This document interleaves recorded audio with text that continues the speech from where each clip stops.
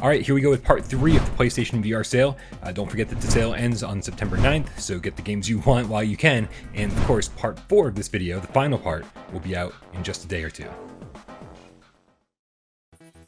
The NBA 2K experience seemed like a cheap cash grab at full price, but honestly, even without move support, there are still some fun mini games here that are worth playing for a couple bucks. So if you're intent on playing it, wait for a bigger sale before picking this one up.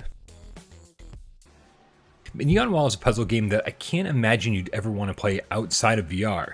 There's certainly something here, but it didn't hold my interest enough to come back to after the very first time I played it. I love the concept of Never Out. Being trapped inside a cube and having to walk on the walls and manipulate gravity to find an exit is a great idea, but the game blinks out every time you step on a wall, which totally kills the one VR element that Never Out had going for it. When I finally played Ninja Legends on PSVR, I couldn't believe this game was held in such high regard on other headsets. It's a wave shooter with swords, and even that makes it sound way more exciting than it really is. In No Heroes Allowed VR, you play as the bad guys, learning how to keep monsters alive and take down the heroes in this unique RTS. It's extremely accessible to beginners and has a ton of charm. No Man's Sky is simply one of the biggest, most open-ended adventures you can play in VR. There's a lot going on here, and every update, which if you're counting yesterday's, there's been 17 major ones, adds more and more for you to discover. The only warnings I'll give is that it's pretty blurry on the OG and the PlayStation 4 Pro, which is an issue for some, but others don't seem to mind it. Luckily, it's absolutely beautiful on PlayStation 5. As a fan of the anime series, I was excited to check out One Piece Grand Cruise, but it's so ridiculously simple, and despite its short length, it just drags on and on. One Piece fans deserve so much better than this. Ivanovich Games loves to take older games and see what they'd be like in VR. Operation Warcade is a love letter to Operation Wolf, and despite a few audio issues and some practically PS1 level of detail, Warcade is really fun. Pancake House could have been a good zombie shooter. It has a halfway decent story, a few cool environments, but it just never gets off the ground. And most levels are extremely straightforward with weapon crates everywhere, so ammo conservation is never an issue. Eric Chahi of Another World fame made Paper Beast, and it sorta shows. There's a cool world here with origami creatures and creative puzzle solving, but the actual gameplay has left us a little divided. I didn't fall in love with Paper Beast like I wanted to, but plenty of other people have, so choose. But choose wisely. You guys know that I love horror games, and Paranormal Activity is one of the scariest ones on PSVR outside of Resident Evil 7. The graphics are realistic, the scares are intense, and for $6, it's easy to overlook the relatively short 2 to 3 hour runtime. I'm all for interesting rhythm games, but Party Pumper is so far from interesting, I'm bored just thinking about it. This is a tough one. If you happen to be a huge Penn & Teller fan and want to mess with some friends in VR, this experience has your name written all over it, but there's literally nothing here for the other 97% of us. End Dreams has come a long way since Vacation Simulator Perfect spewed its way onto the PlayStation Store. Sadly, there's nothing to do in this game except throw rocks and stand still, and honestly, there's no reason for this to even exist. Sorry, Jay. You're totally missing out if you don't have Pinball FX2 VR. And this Ultimate Bundle gets you in for cheaper than ever with the 3 base tables, Mars, Secrets of the Deep, and Epic Quest, but also includes the Castle Storm, Biolab, Earth Defense, Wild West Rampage, and Paranormal tables too. Pirate Fight is cute, but there's not a whole lot going on here. If you want a fun flying game, just opt for Ultra Wings, and you'll be so much happier, I promise. Retro gamers will feel right at home with Pixel Ripped 1989, where you play as a young girl trying to save the world by playing video games on her Game Boy. It's weird, I know, but it's also genius, and you should definitely give it a shot for this price. Pixel Ripped 1995 isn't quite as rebellious or charming as its 1989 counterpart, and while there are a lot of great moments here, if you haven't bought Pixel Ripped 1995 already, you can certainly wait for a deeper sale on this one. In 1995. There are enough quality experiences in PSVR worlds, from being lowered in a shark cage in Ocean's Descent, to riding shotgun and shooting bad guys in the London Heist, that are perfect for first-time VR gamers. So while the $40 launch price was insane, $7 or $8 for this isn't bad. Crafting and scheming your way through Trebuchet's first PSVR game is a lot of fun. The VR interactions here are great, the art style is cool, and there's really nothing else like it on the platform. Project Lux probably fancies itself a visual novel, but it's super short, super expensive, poorly translated, and honestly, a total waste of money. Proton Pulse is essentially Arkanoid or Breakout in VR, which means it's a timeless formula, but the question you have to ask yourself is, how much do you really want to play Arkanoid in VR? For me, the answer is not all that much. There's a decent campaign here, but Quiver's node-to-node teleportation and gameplay hasn't aged terribly well. I probably can't recommend it. There's a few table tennis games on PSVR, but none of them look or play terribly well. Racket Fury bucks that trend with fantastic graphics and spot-on physics, plus multiplayer was patched in about a year after launch, making Racket Fury practically perfect. Until just now, I'd completely forgotten what Ranch Planet was and had to watch a trailer to remind myself, which should tell you how memorable this one is. About 3/4 of Ranch Planet requires local co-op players, but none of the modes, including the single-player fishing game, is anything to write home about. This is the best game ever. If you have a PlayStation VR headset and don't own Resident Evil 7, you're missing out on the scariest PSVR game with the best campaign, hands down.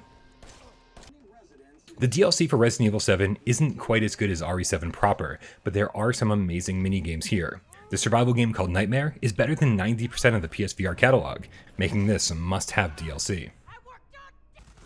Survios games tend to be pretty shallow, but before that became standard there was Raw Data, which has multiple characters, each with their own upgradable weapons and abilities.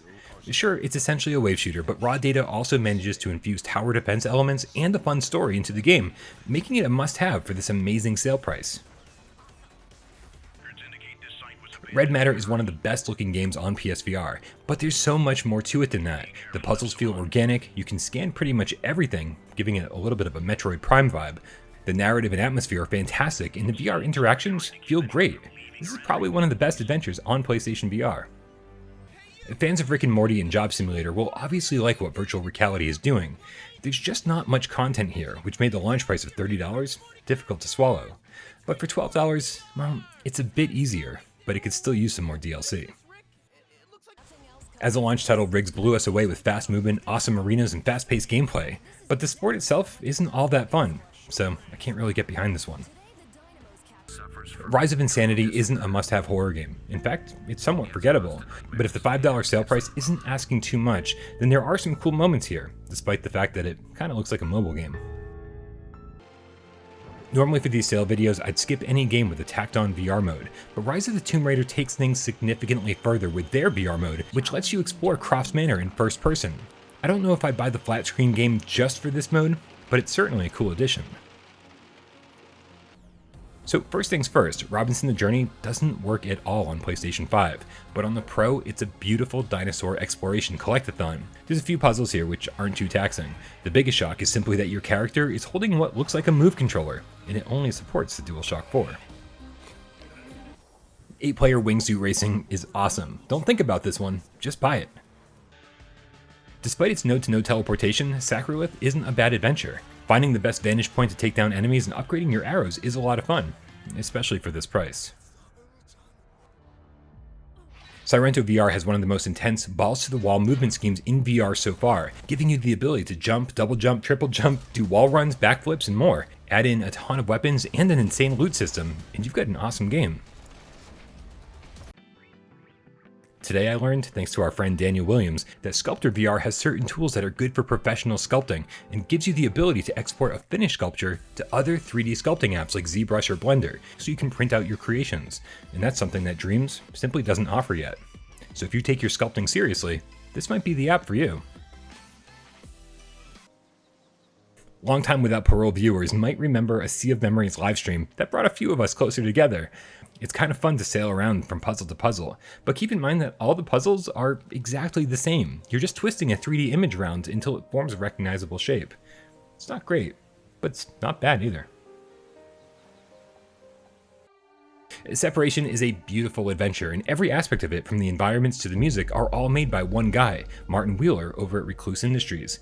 There's a lot of slow-paced puzzle solving, but the open world and element of exploration is fantastic. This could be in my personal top 10. The VR interactions in Shadow Legend are generally what makes people remember this game. Being able to feed horses, climb walls, and sharpen swords makes it feel incredibly immersive, but there's also a pretty fun game here too. A lot of it is essentially a hidden object game, but the puzzles, exploration, and even the goofy combat are definitely a lot of fun. Shooty Fruity might be the best wave shooter on PlayStation VR, but it's not just about shooting. In order to spawn guns, you need to multitask by bagging groceries or doing menial tasks, making every level feel totally chaotic. Plus the setting and enemies are a blast. There aren't many educational titles on PSVR that have been terribly successful, and Shuttle Commander is sadly no exception. Ski Jumping Pro is about as basic as it gets, and once you learn how to successfully jump and land, you'll nail every single jump and polish off the entire campaign in about 90 minutes. This is an easy one to pass on. Skyworld is a great strategy game that tasks you with managing resources, raising and lowering taxes, and taking over the land with real-time card battles. There's also a 1v1 online mode. This is solid, and if you like strategy games, you should probably pick it up. Running around and smashing everything in sight is fun for a while in Smash Hit Plunder, but even with local co-op, there's just not enough here. Space Junkies had a botched launch, but since then Ubisoft added move support, 3v3 matches, and new arenas. It's honestly one of the best competitive shooters on the platform, if you can find people to play with. Space Pirate Trainer is a classic wave shooter, and it should get far more attention than it gets. If you like chasing high scores, you need this in your life. I know there are sports bar VR believers out there, but since day one, I haven't been much of a fan. Luckily, there's not too much here that isn't available in Rec Room. Sprint Vector is one of the best racing games on the platform, and it's physically exhausting to play. Not only do you have to swing your arms to accelerate, but there's also climbing, sliding, gliding, and attacks, all with support for 8 players online. Spuds on Earth is a weird, almost MOBA style game with complicated controls that I just never got into. So maybe don't take my word on this one. I haven't played it enough. In Squishies, you've got to blow and suck little ball-shaped creatures called Squishies around the world in order to get to the exit. If you're like me, you'll get bored of the formula after just a few levels, and even the open-ended level creator can't save this one. Bridge Crew is one of the best online co-op games for PSVR, especially if you're a Star Trek fan. Taking on the role of the captain, the engineer, the helmsman, or the tactical officer, you'll need to work together to pilot the Enterprise to each destination, make critical decisions, and take down the enemies. And as we all know, the Next Generation was the best Star Trek, so luckily, that DLC is on sale too. Remember everything I said about Pinball FX2 VR and how awesome VR pinball is here? We'll take all of what I said and add in a ton of Star Wars music, memorabilia, Star Wars themed pinball tables, and customized fan cave. Star Drone came out on PSVR when there was almost nothing else to play, so we took what we could get. Things have changed, Star Drone kinda sucks, so let's move on. Static might be the best PSVR puzzle game ever made. People will tell you that it has Portal vibes, which, I don't know, maybe. But the real beauty here is Static's twist on an escape room. It traps your hands inside a box, and by fiddling with the DualShock 4, you slowly learn how to manipulate the box and work your way out. It's a true masterpiece. A horror game Stifle takes a little while to get going, but once it does, it keeps you on your toes. Your character is blind, so you get through by throwing rocks for a little bit of visual echolocation, but doing so will also alert your enemies as to where you are. If you like everything horror, like me, it's worth playing through once for the price. I'm pretty sure that even if Stunt Kite Masters was free, I'd still give it a hard pass. I love the depth that VR adds to this classic twin-stick shooter, but Super Stardust Ultra is so intense that you may want to opt out of the VR mode and play it in HD on the flat screen so you don't get hit by any oncoming bullets. Still a great game though, no matter how you decide to play it. Surgeon Simulator is good for a laugh, but the controls here are an absolute mess, and not intentionally so like some would have you believe. There aren't many operations to perform, the failstate is wildly inconsistent, and even the Alien Autopsy level from the PC version gets stripped out of this release. Swordsman Vr has come a long way since launch when it was a pretty basic arena fighter. I mean, it's still a pretty basic arena fighter to be fair, but it's also really fun and now has a zombie horde mode, decapitation, dismemberment, new stages, new bosses, new weapons, new sword fighting mechanics, with still a whole lot more on the way. I love seeing a game evolve like this, and for the sale price, it's hard not to recommend.